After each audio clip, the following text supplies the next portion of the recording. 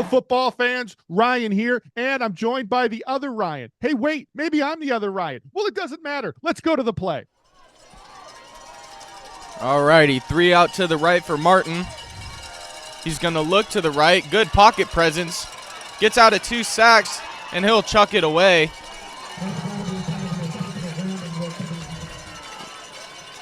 Panthers coaching staff looking for an intentional grounding, and they will throw a flag. Yeah, Braden, that's the right call there. There were no Liberty North receivers on the far side of those numbers over there. Good call by the refs. So we have a Chuck, and we also have an announcer saying it's a good call, as no one's in the area. But is it a good call? And we will see the white hat. Yeah, he's standing right by the flag there on the 33. And they do call intentional grounding, and they march it off from the 33 back to the 38. And Bob's your uncle. So there you go. So the line of scrimmage was the 16. The ball is thrown around the 30, maybe 29, if we get really technical. The ball hits the turf at around the 15, which is beyond the line of scrimmage because we're going in. Yep. And I had the quarterback out of the free blocking zone extended, which to me, that was a legal play. That quarterback can throw that ball away, and it did reach the line of scrimmage. Ryan, I agree with you. We got to think about what allows the defender to throw it away. First off, it has to be the person that received the snap, right? We have that. It was the person who received the snap. Second off, we have to have them outside of the free blocking zone, which I agree with you. I think that the player did make it outside of that free blocking zone. Third off, we have to have the ball reach the line of scrimmage.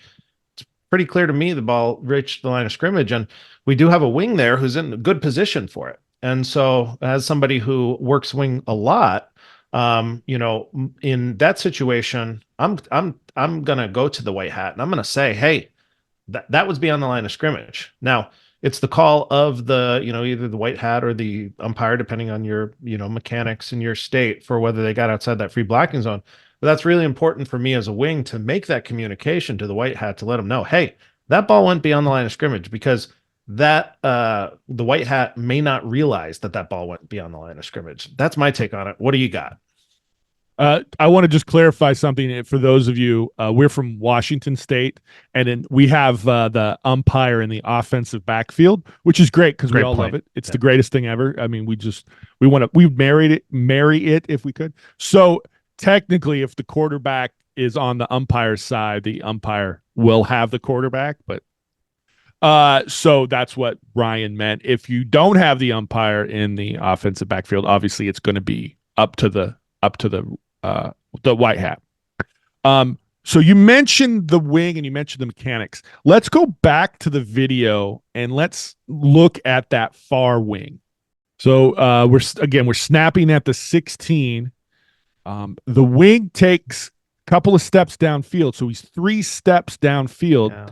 And when the ball is thrown, it hits, and the video, they cut right as it hit. But the ball hits right at his feet. But he's downfield, and I wonder if he thinks he's still at the line of scrimmage and the ball didn't get past the line of scrimmage because the ball didn't get past him. It's a great question. Now, in this situation, we have the quarterback initially looking to his left. As the headlines on that side, I'm probably going to stick at that line of scrimmage for a bit longer than this official did. We operate under a 5-man mechanic in the state of Washington. I'm going to stick at that because if the play does start to roll out to that side, I'm going to want to be at that line of scrimmage. And as that play sort of breaks down, and the quarterback potentially rolls out, being on that line of scrimmage and not downfield is even more important. So I think it's a great point that you have, that the wing official may have thought that they're at the line of scrimmage. And I think it's a good teaching moment that, hey, let's not abandon that line of scrimmage, too much, because realistically, he could have had the same view from the line of scrimmage as he had from 2 or 3 yards down. And then he has that much better frame of reference for not only did this pass get be on the line of scrimmage, but particularly for us, as we said, we have the umpire in the back in the offensive backfield. You can also help out with ineligible downfield if you're sticking on that. So it's something that, I was taught from a very early time as an official, as a wing, don't get happy feet. Let's make our movements intentional and let's follow the flow of the play.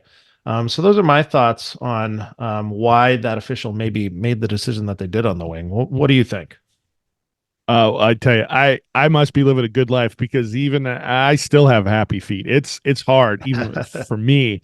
Well, even for me, it's hard for me to stay. And yeah, you're absolutely right about the happy feet. If you stay on the line of scrimmage there, it's easy. Oh, it hit in front of me or behind me, however you want to define behind. And okay, so it didn't reach, or I should say, it hit behind me, so it didn't reach. It reached me or reached beyond me. It reached the line of scrimmage, and it's going to help make that call a lot easier. If you're not on the line of scrimmage and you're kind of in no man's land, it's going to make it very difficult. And I'm just wondering if that's what happened. Other mechanical things involving this play, the ball was thrown 29, 30-yard line. I'm sorry, chucked at the 29 or the 30-yard line, depending on how you want to look at it. But let's even say the 30. Let's say the 30. I think it was more the 29, but let's just say the 30 because it's a nice round number. They enforced the penalty starting at the 33. So they lost 3 yards. I mean, a yard, but 3. And then they enforced it from I think, the wrong hash. It was snapped on the near hash. The quarterback scrambled to the far hash where he threw the ball, but they enforced it from the previous spot. That's a spot foul. So to me, I want to enforce that from where the quarterback threw it, not from the previous spot. And that is even though we've gone to basic spot enforcement, that is one of the few fouls where we do enforce it from the spot of the foul, not the previous spot, which is what we used to do. So mechanically, a couple of things I think that crew may have wanted back. But these intentional grounding calls are tough because it does take two officials, the white hat and one of the wings. Yeah, and in our pre-games, that's something that I feel in our association we do a really good job at, is talking about that and communication and expectations around, hey, if we have a potential intentional grounding, let's have a conversation. I want to hear from those wings about what's going on. If I'm the white hat, I want to hear, did it get to the line of scrimmage? Do you have somebody in the area? Let me know about those things. And if I'm a wing, I'm gonna definitely let you know if I have it be on the line of scrimmage. I also think this is a great example of a play that we as officials have to remember. Just because something looks bad doesn't necessarily mean it's a foul. Like, yeah, that player was sort of hucking that ball. There was no attempt to get to a receiver, but when we focus on the rules associated with intentional grounding, it didn't reach that, based on what we can see here. I do like the fact that the National Federation of High Schools changed the intentional grounding rule, because so many of these quarterbacks, they're not trying to save yardage. They're just trying to save their lives or save another sack. They're just running for their lives, and to give them that option if they get out of the free blocking zone extended to be able to throw it away if it reaches the line of scrimmage, I think is great, because some of these kids are just trying to play or trying to survive for the next play. At other levels, it makes much more sense. But at our level, I like the rule change. Now let's turn it over to our viewers. What do you guys think? Did you like this call? Did you not like this call? Is there things we missed? Did we get something completely wrong, or did we get something completely right? That would be you, Ryan, that got something completely right. So please put your wisdom, insights, experiences in the comment section below. We want to hear from you. We have the best commenters in the business, so please join the discussion. As always, we'll leave you with the 5th down. Win or go home. Here you go. 4th down. Blaine stepping up. Blaine has running room. Blaine dives. He got in. Touchdown, Mill Valley. 5 straight trips to the state title. Title game, and that is it. 4th down, and scores from the 7. And the champions come up big on the road tonight.